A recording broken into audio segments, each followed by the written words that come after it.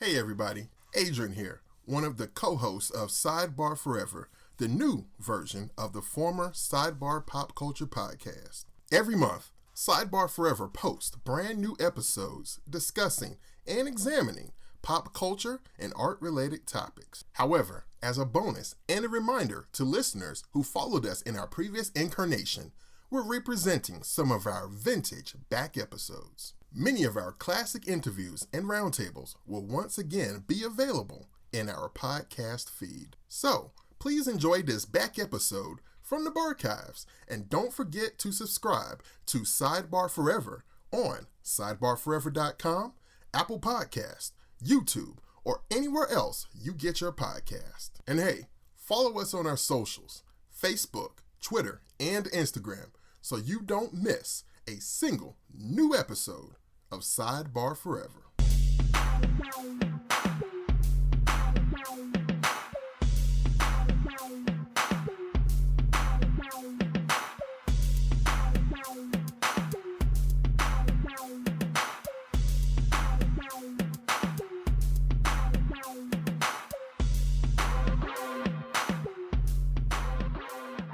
Gentlemen, who did we just talk to?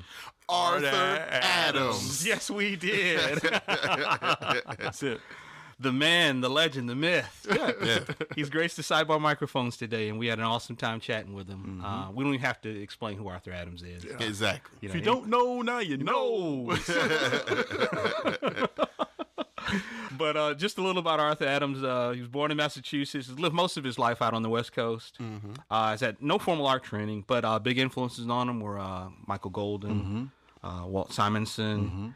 His first big gig was basically a limited series for Marvel called Longshot. Came out in 1985, was written by Anderson and was inked by Will Spertasio. Correct. That's right. Yes. Strangely enough. And other things he's worked on, as we just mentioned, Longshot, Action Comics Annuals, Yes. Uncanny X-Men, Excalibur, Batman 400. That's right. The great Batman 400 with the Bill Sienkiewicz cover. Yes. Fantastic Four, Tom Strong's Terrific Tales featuring Johnny Future. Yes. And in his own creation for Dark Horse, Monkeyman and O'Brien, and many like some most recently the Hulk issues that he's done with Jeff Loeb, And also Ultimate X, right? Yeah, and Ultimate X, X. Yeah. And he's done lots of covers and variant covers, and he is known for his crisp, labor-intensive, detail-oriented style, and for being a bit slow, as we covered in the interview. But he is definitely a fan favorite.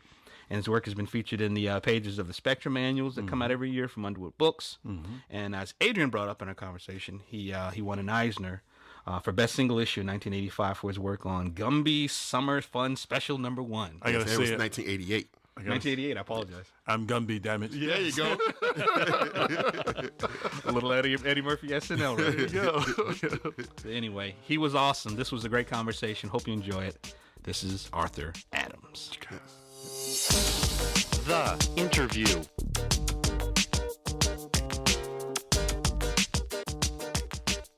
Arthur, many of your fans and your peers kind of feel like you sprang up in the mainstream comics like fully formed, and they don't know a lot about your background. So we did want to ask a few things about what brought you to where we found you on Longshot. Our reading tells us that your dad was in the Air Force and you were originally from Massachusetts, but I guess you've lived most of your life on the West Coast? That is exactly so, yes. My dad was in the Air Force, and I'm sure I must have gotten some comics before this, but my clearest memory of my first comics were, I don't know if you guys are old enough to remember the old Marvel Treasury edition. Yes. Oh, yes. Yeah. But he brought me home the first Christmas one, and one of the first, I think it's Spectacular Spider-Man, where it's almost the whole issue is Spider-Man versus the Sinister Six. Yeah. Yeah. A couple of really cool issues, and those just got me really. I just fell in love with comics with those two books, and it's been downhill ever since. And those formats were huge too. I mean, they were like what, 11 by 17? Yeah. Oh, I know. That's I've always wanted to have some of my own work published that big, just because I just like those things so much. They were so cool to me. It's like the big screen TV version of comics. Exactly. Pretty much. And It was still on that nice old paper, and it's still old, nice comic book, all those old nice comic book colors. So it's all muddy looking and nice. Mm-hmm. Yeah, I would agree. Now, were you always? I know you were always drawing, but were you always thinking, okay, I'm going to be a comic book artist, or was there anything else allure to you? When I was a kid, well, I really loved dinosaur books, so I thought I was going to be a guy who drew dinosaurs. I thought I was going to be a paleontologist. I found out that there was very little drawing involved in being a paleontologist. At least not the kind of drawing I wanted to do. Right. And then also a lot of the guys who were the more famous dinosaur artists weren't paleontologists themselves, although they were interested in that sort of stuff. Yeah. So no, I thought I was going to be like a nature artist of some sort. I didn't really think much past that, and then I saw King Kong, which is like, well, I could do dinosaurs and other stuff. And at that point, I think I had already seen like Frankenstein or Dracula, so I really loved monsters. So that got me thinking, well, maybe I can do some other stuff, and illustration maybe involved in movies. And that's pretty much when I came across when my dad brought home those comics, and I saw that you could do all kinds of stuff in comics. Right. Now, when you say King Kong, there were two versions that I read in the interview that you did previously that were there. You didn't like the Jessica Lange version with Dino De Laurentiis? Jessica Lange version is terrible. We all know it. I only know of one person who says it's not terrible. No, I know of one person who actually likes it, and I know of one person who says there's the bones of a good movie there. You just have to look past all the crap. But why would you bother looking past it? Just look at the 1933 movie. I don't know. I'm not going to say I thought it was great, that's for sure. And definitely not compared to the first one, obviously. Or even the most recent one, Peter Jackson. But I do think that I like the image or the emotion they were able to capture Nave's face. I thought it was very well done in that regard. Mm-hmm. You're terribly wrong. He looks stupid. I mean, it's Rick Baker in the costume, so we love Rick Baker and we love his gorillas. But that was a terrible gorilla, or a terrible whatever. And he fights a snake.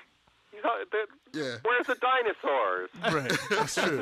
And I'm going to go to the World Trade Center because I have a couple of cliffs that look like the World Trade Center. Does he climb those on a regular basis? I bet he doesn't. Terrible movie. Point taken, sir. Point taken. Oh, man. You're very nice. Arthur, you didn't have any formal training as far as art goes, right? No, I bought plenty of how to draw books, and I had tons of comics all around me, so I was certainly copying stuff all the time, or trying to look up, good anatomical tips or perspective tips and stuff like that. And I realized early on when I decided I wanted to be a comic book artist that, to look at guys who are really good, like Gil Kane for really great anatomy, and Walt Simonson was a big influence. His stuff was so dynamic and fun, and certainly Michael Golden, who also had so much fun stuff involved in his comics. Mm-hmm. I didn't realize at the time when I was reading that Simonson was a big influence on you. Oh yeah, huge influence. I mean, partly he was partly as I was becoming serious about wanting to be a comic book artist. I think the first one. I had been in love with comics, as I had mentioned before, with the Treasury editions, but I don't know if I had solidly decided that's what I was going to do. I knew I was going to be involved in arts in some way, but I wasn't quite sure. And then I got Michael Golden's Micronauts #1, and for some reason that just really set me off, which is pretty fun. And which is pretty funny because looking back on it, when I've looked at it more recently, just kind of all over it's kind of hard to focus on. It's just a lot of little stuff, which I guess I kind of draw a lot of little stuff, but maybe it had something that was hidden inside me that I didn't know about. But I must have drove people crazy because I think I bought that at my local Safeway, and I went back, and I don't know if it was selling particularly well there because I kept going back to the store and buying more of them. Just issue #1 and giving them to people in high school, and my family go, look, this is awesome. This is what I'm going to do. I'm like, cool. Well, okay, I don't know. I'm sure I must have driven everyone insane with this because I'm sure they looked at it and said, okay, you want to draw toys, okay. Right. But that's got what really set me off, and then I started becoming, like I said, more serious about wanting to pursue comics as a career. And so I would, really look at the people who I thought were really good at it. And I was, as I mentioned, Gil Kane, as someone who was really, consistent and really dynamic, and became more interested in Kirby and definitely Walt Simonson. I mean, he'd already done a bunch of stuff that I liked before Thor. He'd done one issue of Battlestar Galactica that I thought that was really fantastic. Yeah. I mean, I know he did a bunch of those, but there was one of them that he wrote and penciled and inked that was really great. Okay. And I mean, I even noticed, I think it was in Dazzler #2. I think Walter did a couple pages on that, and they really leapt out at me. So yeah, he was a huge influence. And then people like Barry Smith, because I was already a big Conan fan. And I think by that point I must have had the Conan Treasury edition with the 2 issues of Rogues in the House and Red Nails. And Red Nails, exactly. Yeah. So yeah, great stuff.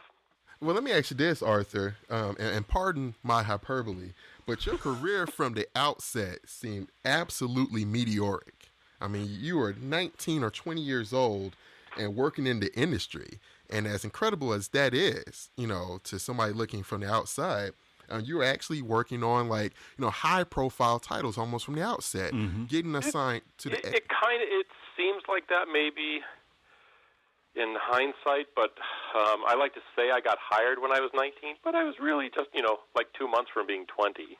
And then that first issue of Longshot took me almost a year to draw. Wow! I mean, I got in at a really odd time. It was fortunate for me. I mean, Ann Nocenti, who was the writer, was just starting as an editor. And like most editors at Marvel, then and now, I'm sure, their plates are really full. And then Louise Simonson was just ending her editing career and just starting focusing more on her writing.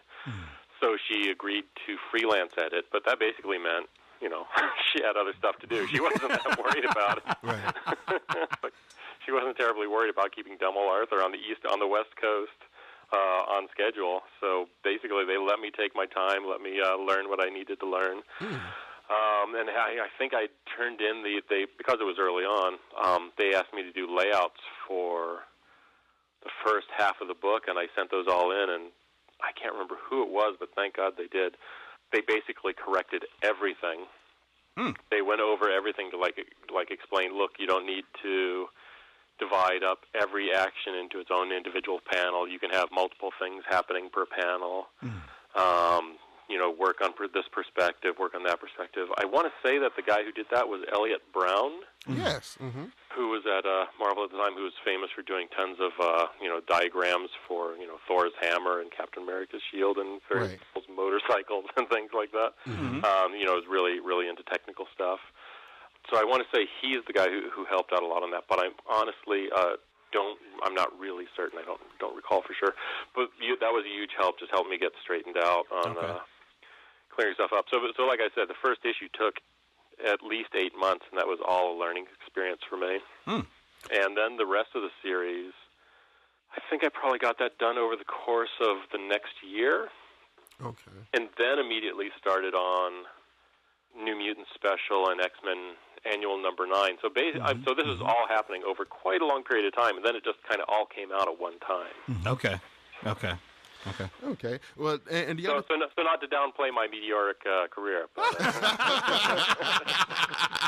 just saying, it built up a lot of momentum first. Yes. a bottle rocket. There you go. But Mentos and some soda.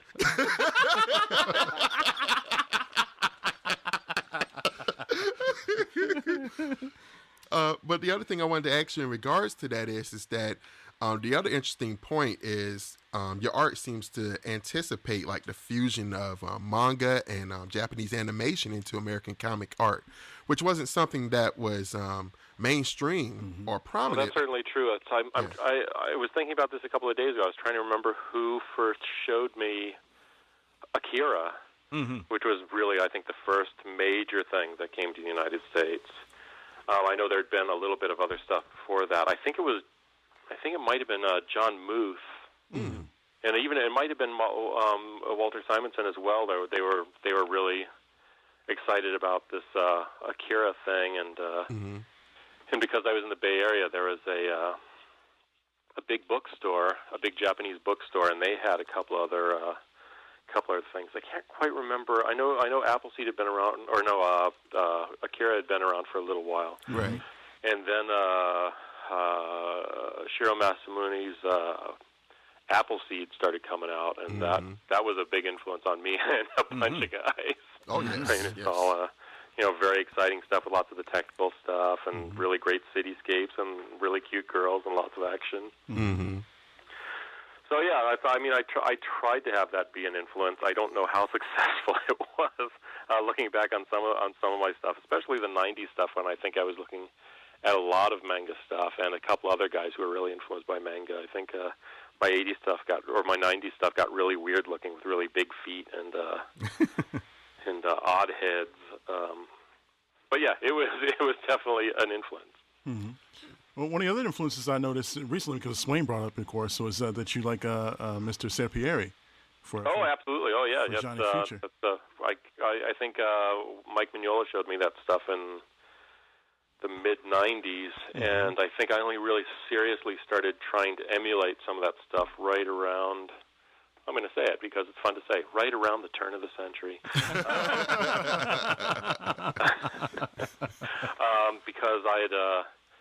for most of my career, I'd been using a crow quill, and I was just getting kind of tired of having the ink around. And then Al Milgram was inking for a while with these felt-tip pens that these Japanese felt-tip pens, the name of which escapes me now, but basically he found out you could tear them open and rinse out the ink that was in them and fill them with India ink. Whoa! So I started doing that for a while, but that was still a bit messy, and then I found these other pens, which I thought worked just as well. Actually, it turned out there was a problem with those, but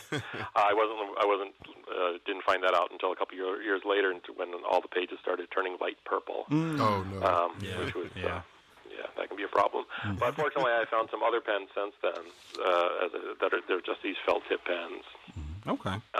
That work really great, and so how that goes back to Serpieri is that I thought he had a really great pen technique, where it was he gets really modeled shapes, if you know what I mean. Yeah. With basically a dead line, with basically not a lot of line variation. And even though I still try to have some line variation, I really liked his style. I really like his style of rendering. That it has that it's still a really nice drawing, but it has a certain sketchiness to it. Definitely. Yeah, those Italian masters are just, they're just incredible in terms of their representational line. Yeah, and also the same thing with Mobius in Metal Hurlant. He was doing that same type of rendering as well. Pretty much so, yeah, exactly. And actually Mobius was quite an influence on some of my more current kind of rendering on the just trying to bring a shape. Bring shapes to things using basically, just a series of straight lines, just slightly, turning the page as I go along. Yeah. Cool. Arthur, I wanted to ask you a question about, because back in the early '90s, your style and your design sense influenced a bunch of other comic artists. When you started seeing younger guys imitating your style, like Todd McFarlane and J. Scott Campbell, Rob Liefeld, and even David Williams. Now, how did you react to that? Was it flattering? Was it annoying? It was funny, because I just never thought that I would be an influence. It never occurred to me that I would be an influence on others the way others had been an influence on me. But it makes a certain sense, because certainly a lot of the guys I was looking at were influenced by other people, I mean, Walt Simonson, as much as I love his stuff, he was strongly influenced by Jack Kirby, but and Kirby, I'm sure, was influenced by somebody. It's hard to imagine who, but well, actually, no. It's a lot of those old guys were influenced by like Hal Foster and Bill Caniff, and those things just kind of came through each of their personal filters. And so I guess I had some of that going on. So mostly I thought it was funny, especially that it was happening so early on in my career. Right. And then, but then, like, I guess there's other fellows who had similar experience. Like Steranko, I imagine had some of that. Sure. Yeah. And heck, even Barry Smith, I guess, once he started doing his more old-fashioned, his more pre-Raphaelite style. Right. I know he had quite a few imitators early on. And you know, Mignola, even though he didn't have the immediate success amongst readers, amongst other artists, he was a big influence right away. Yeah, he was. Yeah, they he actually was. say that a lot. And I can remember reading stories about the EC Comics days back in the late 50s, and them talking about Alex Toth. Yeah. You know, as soon as he came on the scene, people were aware of him and how great he was. Yeah, so there you go. Yeah, so it wasn't the first time. What the only thing that annoyed me is that so much of my stuff was being sold by Marvel as, you know, T-shirts, and I mean, I would go to like Toys R Us and there'd be my Wolverine on remote control cars and frisbees and kites and stuff. I was like, well, that's on one hand, it's kind of awesome. On the other hand, I'd like to have some of that so I can buy my house. Right, exactly. You guys are making it. I mean, and the way they were doing it, the reason Marvel wasn't paying me for that is they were kind of stupid at the time. They were just licensing this stuff. You know, they just sell someone a license for Marvel stuff, and then for some reason the licensors were just focusing on my stuff, and so it wasn't necessarily Marvel's fault, or even the licensors' fault. I mean, the licensors, you know, they paid for a Marvel license; they don't give a crap about who did any of this stuff. That's true. But still, it was weird seeing that there were people making money off my work, and I wasn't one of them. Yeah. Sadly. Yeah, you know, it's not the end of the world. It's worked out okay, but it was kind of a weird experience. Would you, if you had the opportunity to go back and renegotiate? Obviously, you would renegotiate more towards getting more of your own fees for those services. Well, something like that would not have been possible at the time. It would never have occurred to anybody. I mean, it was just the beginning of the royalty system. You know, and it's very fortunate for me that there was other people who'd fought for that before. Right. But the licensing thing is, it's probably still a pretty weird thing. I know of some people who are able to work out some deals where they, you know, take a pretty decent upfront fee. I think if I was probably more consistent on deadlines, I might have been able to do that.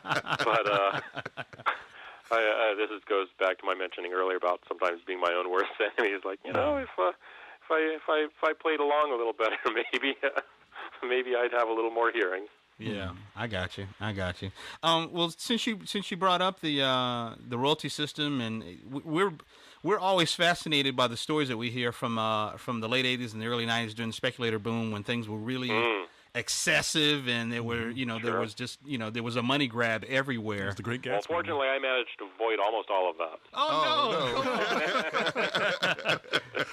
Well, now see, you can't convince me of that, because I did read in that interview where you talked about Longshot doing pretty well and other things doing pretty well, but you did hit a windfall with Excalibur. Oh, well, Excalibur did pretty good. I mean, windfall is a little bit of an overstatement compared to what some folk did. I mean, can't remember what my royalty was, probably around like $8,000 or something like that, which, you know, at the time that was pretty cool. I spent it all on crap I didn't need. So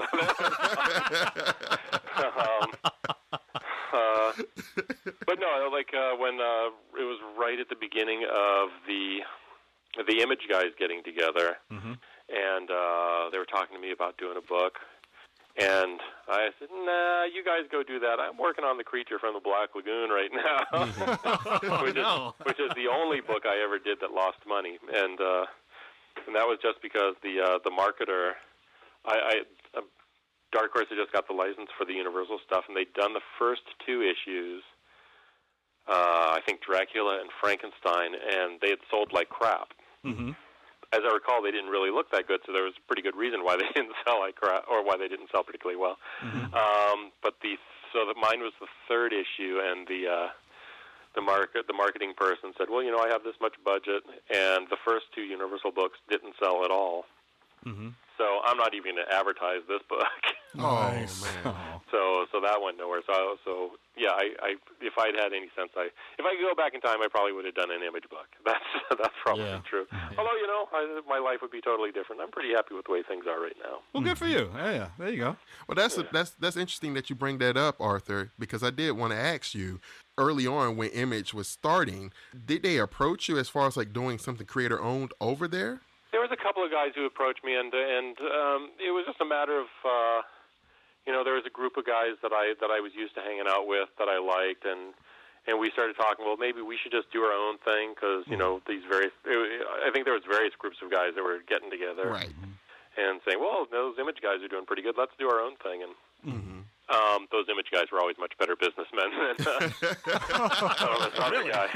They were a lot smarter about it than we were. We'll just hang out with our guys, our old stupid guys, and we'll make some comics. And we won't know what the hell we're doing. We'll just keep doing shit like we've always been doing it.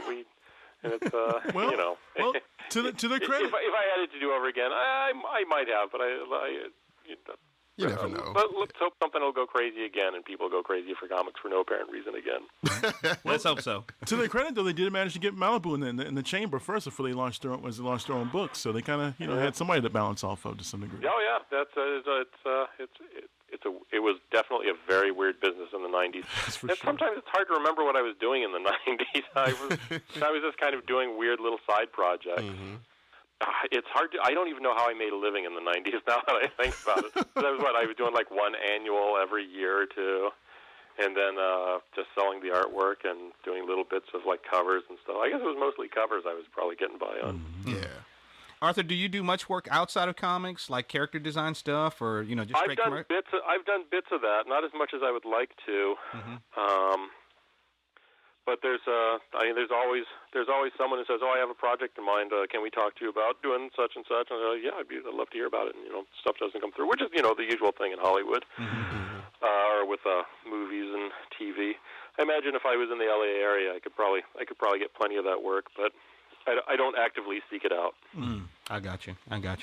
I did want to ask you a story about the that wildly popular Wolverine poster that you did for Heroes for Hope. Yeah. As we understand it, Ann Nocenti asked you to do the image, and it was kind of based on Paul Smith's cover for Uncanny 173, and the thing just kind of took off? Exactly so.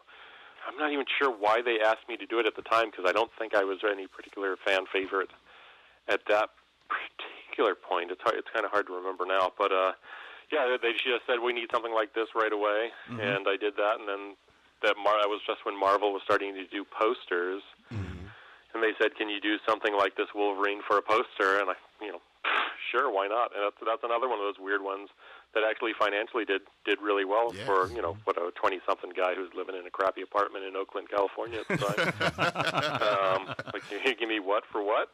Sure. Right? And then it did even better because they accidentally sold it to the licensors we were talking about earlier, and they ended up doing a poster of it. So basically Marvel ended up, I would have never even known, but they said, "Oh, we accidentally printed it twice, so we're going to have to pay you for it twice." Nice. That is too bad. You poor bastard. Exactly. If only I could just draw one of those a year, I'd be okay.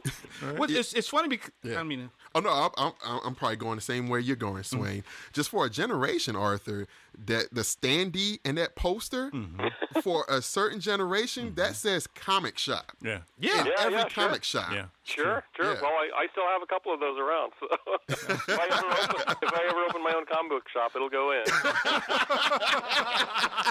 Exactly. No, it was really, that was the iconic image of the brown and gold Wolverine at that time. Yeah. That was it. Yeah. No, I know it's funny. I've seen it on a couple of TV shows and in comic shops all over the place, and that's I'm very happy they did it. Yeah. It was awesome, and I have to agree with Adrian. It definitely says comics just in terms of how it was done. Yeah, man. It's funny because one of my old comic book stores actually I don't even think of the standee anymore. I just have this image in my head of my local comic book store. The guy had an inflatable Spider-Man hanging from the ceiling, and then they put out an inflatable Wolverine. I don't know if you remember this. No. It was an inflatable Wolverine. He was kind of in a leaping pose, but he looked more like the green crawling army man. And then he had the claws, but each of his claws was also inflatable. That's a mess. It was not menacing. Hey, switching gears for a second, Arthur. In 1988, you won an Eisner for Best Single Issue for the Gumby special from Comico. And to many people, I'm sure that was quite a turn for a high-profile superhero artist to go to doing Gumby, almost without missing a beat. You know, it was really cool. It was weird. Well, how'd you get the gig for Gumby? Like, were you contacted by Art Clokey himself, the creator? No. I've met Mr. Clokey. I met Mr. Clokey a couple of times, but at that point he was in pretty advanced years. So, okay. We didn't really have much of a chance to chat. Mm-hmm. But this is needlessly complicated and silly. But sure. There was one issue of X-Men that Barry Windsor Smith did, that Terry Austin was going to ink. Mm-hmm. But Barry, from what I was told, I've never talked to him about this. There was one issue that he just hated the way Terry Austin inked noses. Mm. So Mr. Smith penciled the whole issue and inked just the noses. Okay. Which was just, I thought, hilarious. Yeah. So I think on one of the issues of Longshot, I inked some of the noses or something like that, which they thought was funny. You know, I was turning in pages very sporadically. So okay. anytime that they were happy, I was happy. There you go. So then one issue on the upper right-hand corners, I think it was, I drew various Marvel and DC characters as Gumby. Oh, yeah. Okay. You just fit them in everywhere. Yeah. I just put them in there because I just thought they were kind of funny. And, you know, Gumby's easy to draw. Mm-hmm. So it's like, oh, look, Arthur drew Gumby characters. That's hilarious. He's so creative. He's so creative. We love him so much. So I would show these copies to various people who are like, no, you're not in comics. No, I don't believe you. Look, here's pages. Mike Mignola and I had a friend named Diana Schutz who worked on a fanzine out of the old Comics and Comics shops in Berkeley, California. Mm-hmm.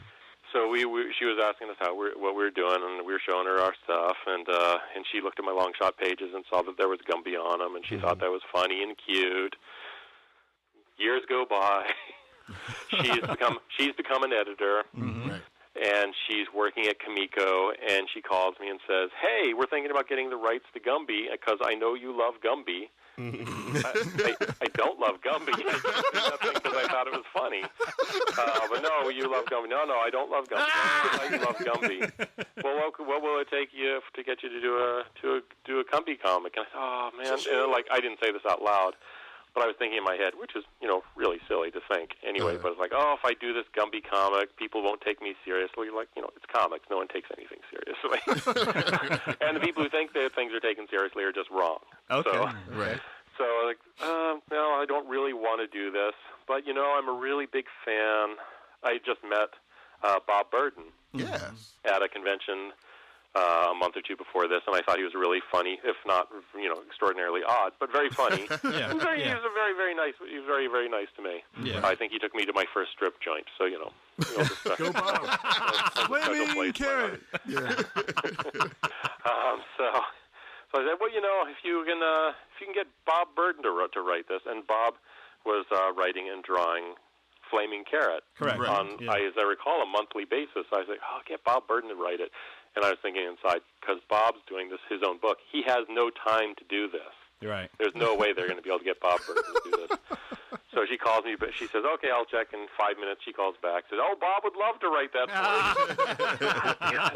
All the time I'm thinking, well, I would mostly love to see Bob Burden draw it as well. But okay, we'll do that. And I think at the same time I was working on, I think it was an Action Comics annual, Batman and Superman. Yes, sir. So I was working on both of those at the same time, and then my girlfriend at the time broke up with me like halfway through, and no editors had any patience with me. Okay. We don't care if your girlfriend broke up with you. We need pages. So thanks for bringing that up. Don't mention it. No, so Gumby ended up being like a weird sort of fun. It was like, one of those. It's one of those things where life kind of kept getting in the way, but the final finished project people seem to like. Yeah. And I look back on it, and I like it quite a lot. Yeah. And I like the second one quite a lot as well. I had some hopes of doing some more, and maybe sometime in the future I will do some more.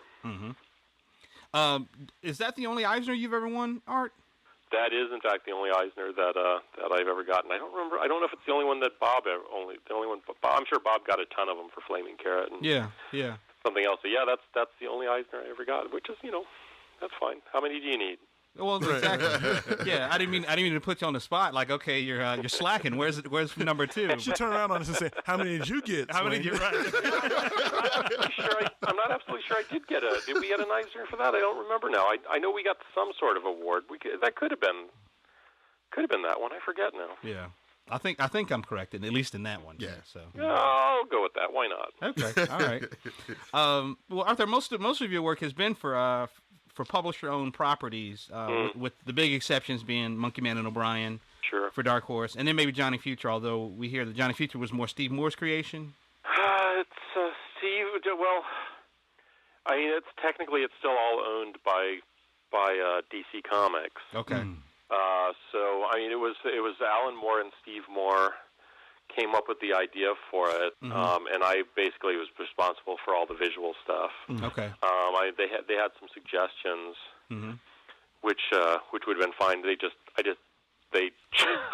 didn't. They weren't interesting to me, so I went my own direction on that stuff. Okay. Which they seemed to like just fine. They were pretty happy with it, and that's the great thing about working with Alan Moore and Steve as well, is that basically all they care about is that it looks good. Okay. Or it looks reasonably good. Maybe they don't care about that at all now I think about it. Those fellas seem to be happy with what I was doing, so that was fine. It is unfortunate that DC owns that, because I really like that one, and I would like to be able to do more with it. Yeah, it was beautiful stuff, but my follow-up was going to be, has working on established characters been on purpose? Is that just kind of how the chips have fallen, or how they signed? It's a little bit... It's a little bit of having fallen in love with this stuff when I did, and just being really fond of those characters, and having a certain disdain for my own work. Okay. In that I've always been one to be attracted to the shiny object. Okay. So, like, I was working on Monkeyman and O'Brien. I was like, oh, this is fun. This is kind of neat, and I'm making pretty decent money at it. I could keep doing this, and then people will call up and go, oh, well, could you do this cover? We'll pay you twice as much as you're getting paid for one page of this or that. And I'm like, oh, okay, I can do that. I can just go back to Monkeyman and O'Brien and get done with this.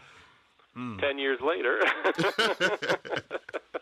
So it's I hope I can go back to it, and I have a couple other creator-owned ideas. Just basically, I'm just continue doing stuff at Marvel for now, because I'm having fun working on all those characters. Even though they just have me doing covers right now, and also I'm doing lots and lots of commissions, which seem to be a big part of the comic book industry these days. Yeah. Now that was something I did want to ask you about as well. Is you are very popular with people who get commissions, and there is what we call a rarefied air that some people breathe, where they can literally exist on just doing commissions, and not actually doing published work. And I don't know if that's the case with you, but it definitely is true. I see some dangers in that direction, but there's certainly a lot of temptations with it as well. I mean, because there's guys, the way the art collector market seems to work is that people love their comics at a certain like in their late teens, mid-20s, and then they go off and start making some money. Right. And then they come back and go, oh, I could actually own some of this stuff, and I really liked the so-and-so's artwork at some point. Right. So it's just a matter of wanting to keep a hand in the market where things are being published. Mm-hmm.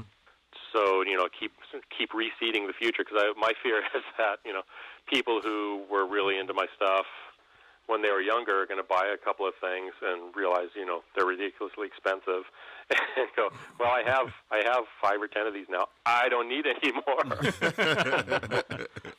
So I need to have new guys in the pipeline who are ready to spend this foolish money on these things. Yeah. In regards to that market, too, I find interesting is, you can tell me if I'm correct in saying this or not, but the fact that you're actually selling pieces that haven't been published before, do you sell them all the rights to do that? I mean, so in other words, if they own the piece, do they then own the rights to sell it as your piece? No, all they own is the piece. They don't. I mean, often, especially if it's a piece where it's if it's a piece that's just an already existing character, then right.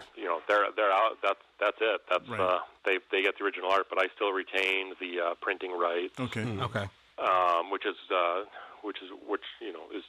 good thing. But also, ultimately, of course, Marvel Comics or DC Comics or whoever owns any particular of those characters, they. You can't just go off and start doing your own thing with that stuff. You can't print your own post. If I do a drawing of the X-Men, you couldn't publish your own poster of that. I mean, not legally anyway. Right. Certainly, people have done such things, and relatively small numbers. But no, that's generally not a good thing. Yeah. That brings me to an interesting point too, Arthur. I think I read on Facebook where in the past you've accepted commissions to recreate classic comic covers, and I saw one. It was JLA number 148, Rich Buckler and Jack Abel.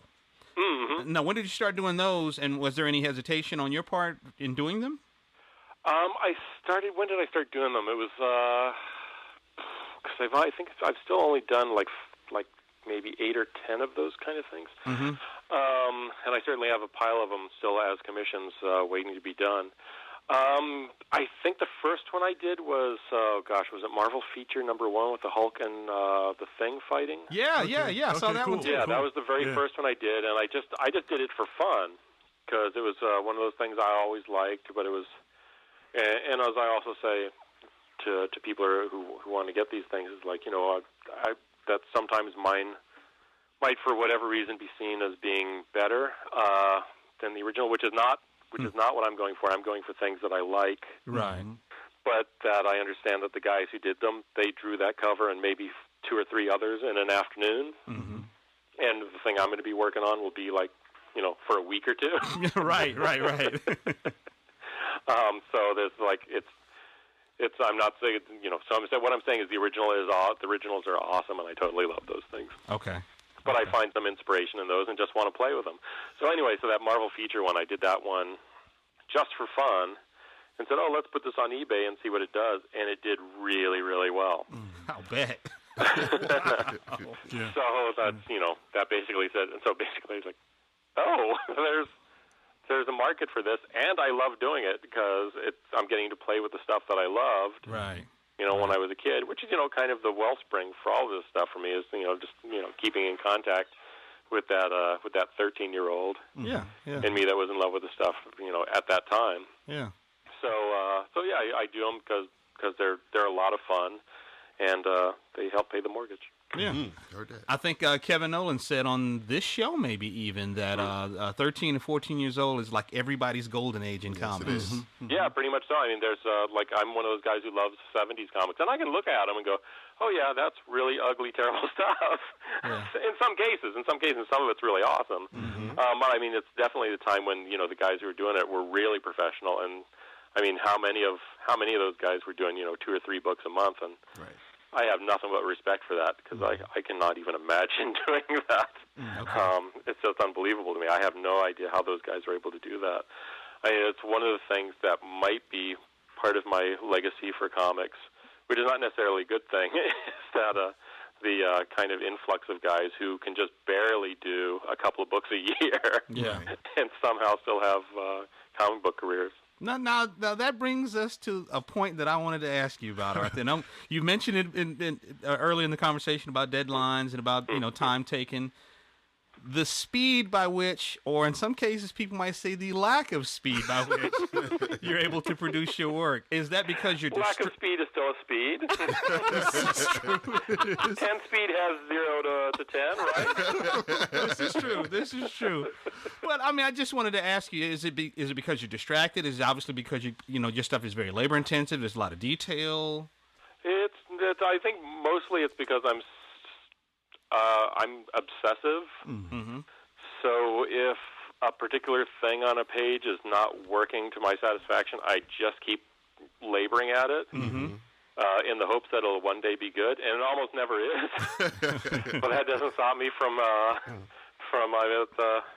what was the old was it a Joe Simon quote to Jack Kirby that they were sharing a studio. Mm-hmm. And they could look across at each other, and Joe Simon saw Jack Kirby erasing something, and he shouted across the room, "Hey, we get paid for penciling, not erasing." Oh, there you go. I need someone like that in my studio. Yeah, because often like my wife Joyce will try to tell me, like, look, this is fine. You don't have to keep laboring at it. Mm-hmm. Almost no one will know. And there's been times. It's getting to be sad because this is one of my few times the few jobs I can say this, but the Cloak and Dagger job I did. Yeah. I did that in 21 days. There was one issue, with the third issue, I think, of Fantastic Four I did with Walt Simonson was about 20 days from beginning to end. So there's been times I've been able to do it, but I really kill myself, and I just, as I'm doing it, I look at it and go, oh, this could be better. Oh, if only I had more time, this could be better. And then, I'll look at it a month or two later and go, oh, this is fine. What was I complaining about? It's mostly just me getting in my own way. Yeah. And certainly if anyone gives me a job and says, oh, you have, take your time on it, it's like, oh, please don't say that. Please don't tell me to take my time. That is the last thing you want to be telling me. Like those issues I did of The Authority. Okay. They needed an issue right away, and I said, just send me the script, and just tell me that I have to have it done in this time. I can do it. Let's just really do it. And DC found out that you're doing it, so they want to resolicit it. So that means you now have instead of 4 weeks, you now have 4 months. Well, right. That's not why I wanted to do that. Because, you tell me I have 4 weeks, I'll get it done. If you tell me I have 4 months, I'll take 4 months. Of course. Arthur, we were at a convention one time, and I can't remember who it was that told us this, but we had him on the show, and we were talking to him. He was like, yeah, guy just came up, and he said, he says, I want to get you to do a commission. He says, have it be anything from, it could be from $300 to $500. So I did $500. Exactly. It's along those lines, of course. Yeah. It's just funny how things work like that. And I know we had Bernie Wrightson. We talked to Bernie Wrightson at a Dragon Con here in Atlanta a couple years ago, and he said that the way he had heard it when he had entered the comics back in the day is don't do it good, do it Thursday. Right. That was That's good. That's good. Well, then what I'd heard actually was a little while when I was into my career. Else I might have started out a little bit better. But this was from Mike Carlin, who was editor at DC. Right. He said there's 3 important things in comics: be fast, be good, be nice. You can be successful if you have at least 2 of those.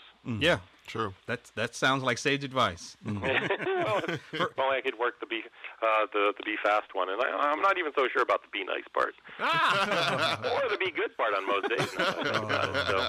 Well, you've been nothing but kind to us, so we appreciate it. So I'll talk about you when I'm off the phone. Okay, that works. We'll bring it up to some of your more recent work. You've collaborated with Jeff Loeb on a bunch of Hulk stories, and then you're working on Ultimate X.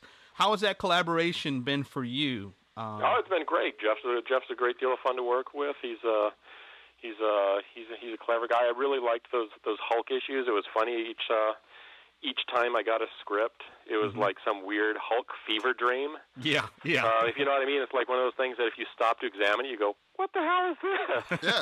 But if you just kind of barrel through it, you go, okay, yeah, I had a dream like that, I'm sure. Yeah, this happened, and then this happened. Oh, okay, sure. Which is, to me, a little bit how comics should be. It should be like, they're adventure things. There should be that's one of the things I like about DC, and one of the things that drives me nuts about DC, and likewise with Marvel, that DC, once every 10 years decides it's time to scrap everything and start over. Right. And basically they do the same stuff over, but a new reader can come in and go, okay, this is new stuff. I don't even know if readers do that. Does a new reader look at a new issue of Superman and look at it and go, yeah, this is not the same Superman that's been being published for 30 or 40 years? I don't know. I think the neophyte may say, okay, I have a chance to I get issue number 1. I think that's the plan. Yeah. That's all. But who actually thinks they're getting Superman number 1? Right. Exactly. There's probably some people, but for me, I've actually quite liked what DC has done with the New 52 stuff. I've really liked Grant Morrison action book comic, and I think they've overall. There's a little bit. They seem a little bit. Maybe a little more 90s than I would like them to be. If you know what I mean, there's a little bit too much government conspiracy and a little too much rogue organizations. Yeah, there's a little bit too much of that, and not that that's not timeless, but it's not totally my cup of tea. But overall, I've kind of liked what they've been doing with that. I kind of like the new Wonder Woman. I've liked pretty much what they've been doing on the Batman books.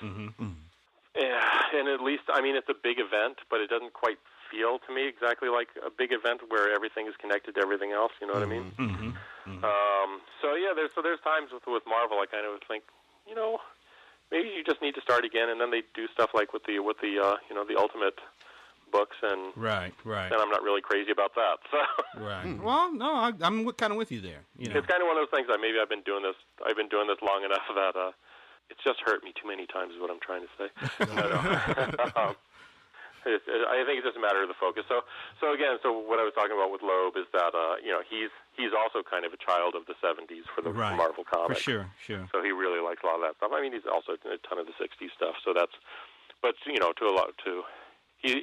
not too different in age for me. So we kind of have a similar feeling about the stuff that we love.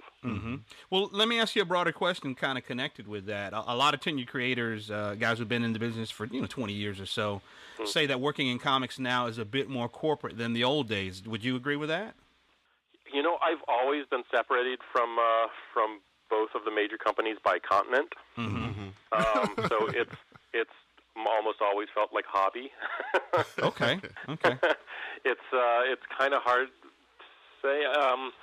Partly, I think, with Marvel, when they went through their bankruptcy in the 90s, that really changed Marvel quite a lot. It did used to seem friendlier, but that didn't necessarily stop them from for lack of a better term, screwing creators. There's tons of copyright or trademark or all that kind of stuff problems going on with stuff from the 70s now. And I guess from the 60s too. It's probably is more corporate. I don't really feel that because I'm dealing mostly with, the editorial people who have to deal with all that stuff. And unfortunately, there's a lot more turnover amongst editors. So, I might be working on a project with one editor 1 month, and a couple months could go by, and then I'm totally working with someone totally different. So mostly, I would think that it's probably really a pressure cooker, and at least at Marvel, I'm not really familiar with what's going on with DC right now. They seem to be a little more stable with the people who are working there.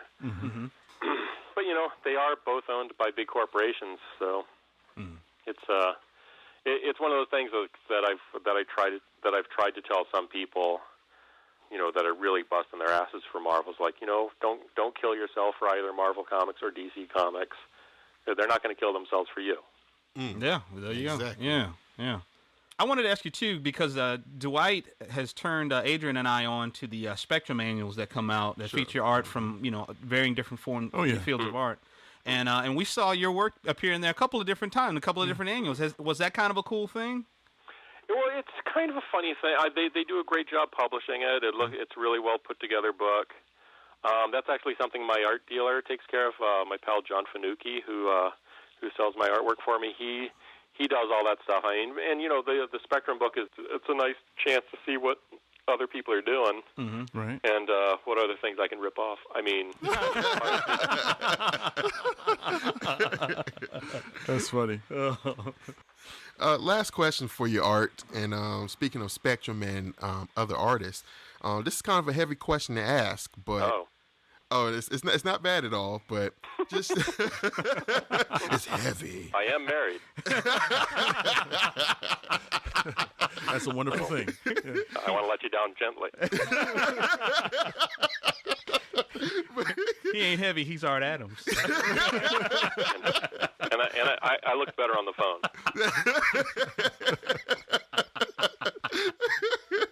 Oh man! But just how often do you get like other artists and even established pros from not just comics but other fields of art coming up to tell you how much you've influenced them? I mean, truly, Arthur, you've influenced a generation of artists, that looked up to your artwork and, all those specials that you did. How does that feel? And, how gratifying is that? It's nice, of course. It's always nice to tell you that, to have people say that you did a good job on something, especially, people that don't need to. It's really flattering and nice, and I just want them to, have good jobs so they can buy my artwork. But it's funny. My wife, when she, I don't know how long Facebook's been around now, but when she got on it a year or two ago, I would look over her shoulder just because I thought it was kind of funny. Like, oh, that's weird that you just put all your information up here and people just come by and look. But okay, fine. I find myself looking because some other artists were doing that. Like I'd find myself looking at what they put up and oh, this is pretty cool. Yeah. But then just looking on my wife's page, not much interest in being involved beyond that. Right. And I walk in one day and she says, "Oh, look, here's your page. Here's your Facebook page." I was like, "What? Why do I have a Facebook page? I never wanted that." So I'm on there. Okay, it's funny. I guess I'll be friends with this person I've never met who's in Argentina or Italy, and that's on Facebook for me the ladies ride free. So there's a bunch of requests, and one was this really hot brunette from Italy. So I clicked on her and looked on her pictures. Hey, honey, come over and look at this chick. She's really hot. I said, oh yeah, she's very pretty. And minutes later, I friended her, and minutes later there was a little icon on the bottom came up with her little picture, and it said hi. Okay. Hi back. Oh, I just want to tell you. Here's my Italian accent because that's what I'm best at. I'm famous for my Italian girl accent. Right. How are you? Oh, I'm fine, thank you. I just want to tell you, you make the best comics. You are my favorite. You make the New Mutants Special, right? And the X-Men Annual number 9. I read those every night before I go to sleep. Oh no! Wow. Yeah, of course you do. I'm sure that's what you do. Okay, well, glad you like that. Well, one thing I want to ask you though is, I understand the inspiration for Longshot was Kaja Gugu. His haircut. There was a short-lived band called Kaja Gugu. Yeah, I remember that.